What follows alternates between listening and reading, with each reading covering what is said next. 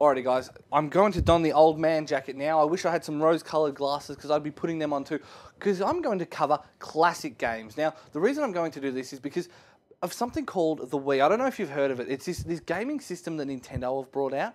It sold a few actually. It sold actually quite well. I think it was like, I don't know, 2 million in the US in November alone. So it's going gangbusters. It's just a pity that there's no games to play. And I know certain giants are going to be out there throwing things at their television screens, but there's nothing to play, let's face it. So what I'm going to do is go over some of the great GameCube classics that are fully backwards compatible with your Wii.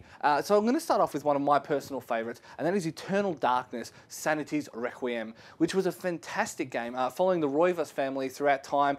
You play different people throughout different parts in time. So for one scene, you're using a gladius because it's set in Roman times. One, it's a soldier. He's captured there, so you're using his gun.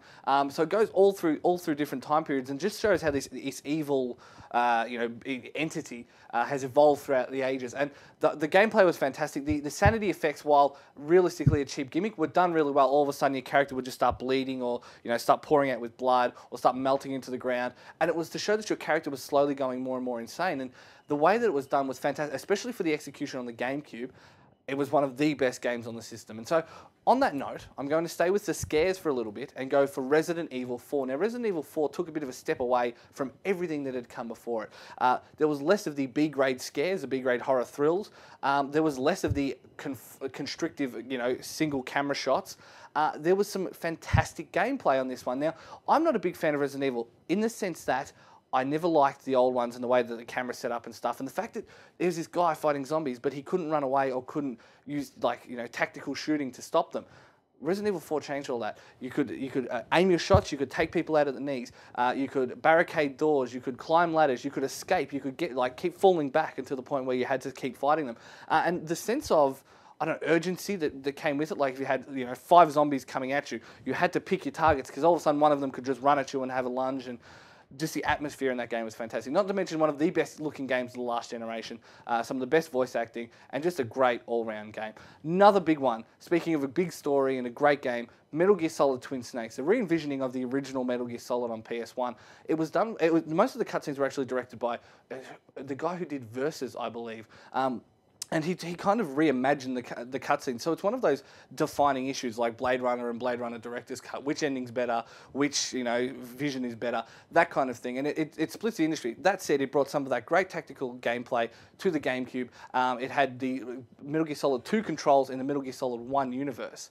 So it really, really worked. And that's one of those games that if you can find out there, I recommend highly that you pick it up.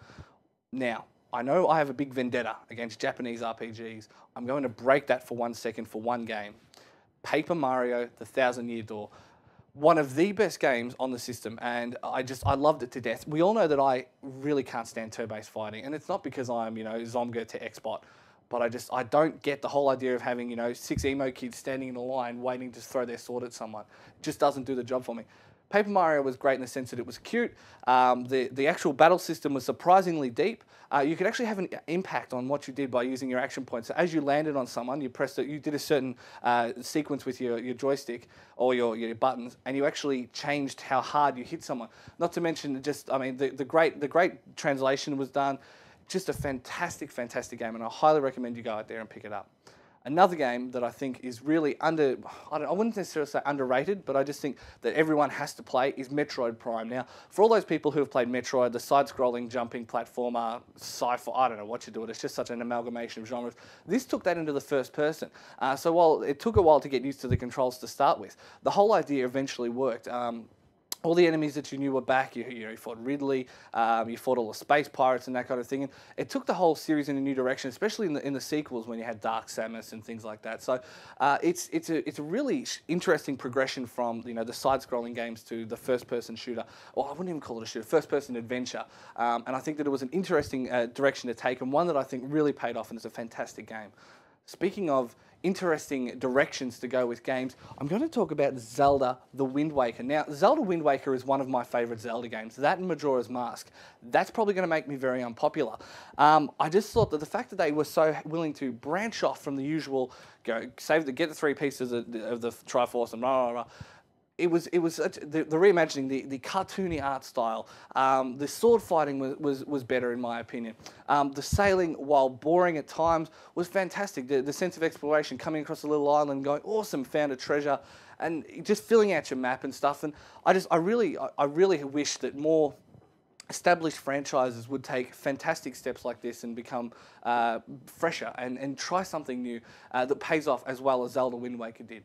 And another one that I thought was an interesting game that that really, I don't know, started something new was Beautiful Joe by Capcom. A fantastic game. The slow motion, the fast forwarding. It was set in an action movie. So you became this character, Beautiful Joe. You were trying to save your hero. I can't remember his name entirely, but you had slow motion, fast forward. You could dodge. It was the whole fighting system was just amazing. And later on, it started to lose its way a little bit. Number 2 wasn't as good. Then you had the Rumble game where they fought each other, which wasn't quite as good. But Beautiful Joe on the Gamecube, an amazing game and something everybody should pick up.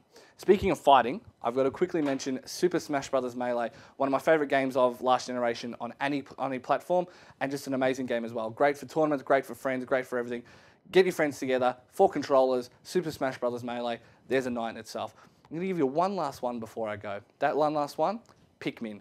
Pikmin was easily the most underrated game on the GameCube. It was Shigeru Miyamoto in his garden, off his brain on something, I have no idea. But imagining the whole idea of Captain Olimar crashing to this planet, using the little plants to, find the pieces of his ship and escape the planet.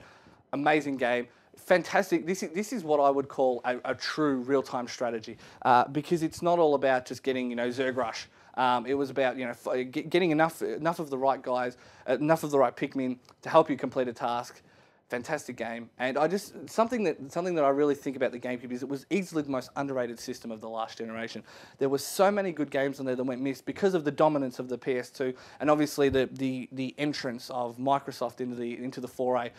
The GameCube really just fell by the wayside, and it's a change in tack. They had all these awesome games when they did very poorly. Now they've got all these crap shovelware, bloody filler games, and they're doing the best in the world. They're just absolutely hammering it in. They just can't keep them on shelves. So I think it says something about the nature of the industry, but don't deny yourself some of these great experiences. All those games I've mentioned are really fantastic. There's some other great ones out there. Mario Tennis, Mario Golf, you've got Killer 7, all these great games. Check them out, guys. Don't waste your Wii's backwards compatibility. Finally find something good to play on that system.